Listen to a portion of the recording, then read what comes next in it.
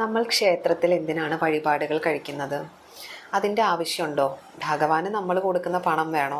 എന്നൊക്കെയുള്ള പല സംശയങ്ങളും നമ്മുടെ എവരുടെയും ഉള്ളിലുണ്ടായിരിക്കും അല്ലേ? സാധാരണയായി നമ്മൾ ക്ഷേത്രത്തിൽ പോകുമ്പോൾ തീർത്ഥം സേവിക്കുന്നുണ്ട്, ചന്ദനവും കുങ്കുമവും ഒക്കെ നമുക്ക് ലഭിക്കുന്നുണ്ട്. ഒന്നും ആരിൽ നിന്നും സൗജന്യമായിട്ട് വാങ്ങരുത് എന്നാണ് പ്രമാണം.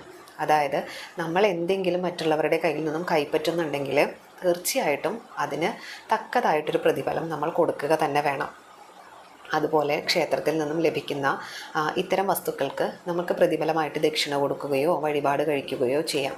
ഒരു ക്ഷേത്രത്തിൻ്റെ നിലനിൽപ്പിന് ആവശ്യമായ കാര്യങ്ങളിൽ നമ്മൾ കൂടി പങ്കാളികളാവുകയാണ് അതുവഴി ചെയ്യുന്നത്. അല്ലാതെ ഈശ്വരനെ കൈമണി അടിച്ച് നമ്മുടെ കാര്യം സാധിക്കുക എന്നുള്ളതല്ല നമ്മുടെ ലക്ഷ്യം.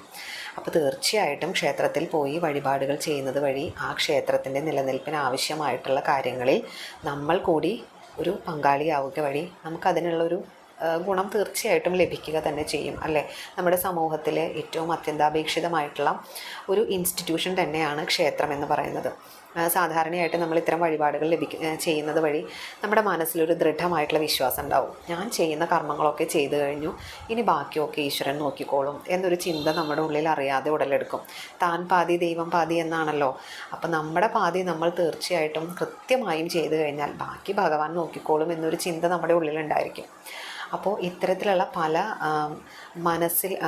മനസ്സിൻ്റെ ഒരു ശക്തിയെ തിരിച്ചറിയാനും ആ മനഃശക്തി ഉപയോഗിച്ച് തന്നെ നമുക്ക് നേട്ടങ്ങൾ കൈവരിക്കാനും ഒക്കെ ഉതകുന്ന ഒരു ചെറിയ ചെറിയ ട്രിക്കുകളാണ് ഇതെന്ന് പറയാം. പിന്നെ അതുമാത്രമല്ല, നമ്മുടെ ഭാരതീയ വിശ്വാസപ്രകാരം ഗുരുക്കന്മാരെയോ കാരണവരെയോ ഈശ്വരനെയോ രാജാവിനെയോ കുട്ടികളെയോ ഒക്കെ കാണാൻ പോകുമ്പോൾ വെറും കൈയോടെ പോകരുതെന്ന് പറയും. അപ്പോൾ അതിൻ്റെ ഒരു ഭാഗമായിട്ട് നമ്മളാൽ കഴിയാവുന്ന ഒരു ദക്ഷിണ ഭണ്ഡാരത്തിൽ നിക്ഷേപിക്കുന്നത് ഒരിക്കലും ഒരു തെറ്റല്ല. അത് ഈശ്വരനെ കൈമണി അടിക്കുന്നതല്ല കേട്ടോ.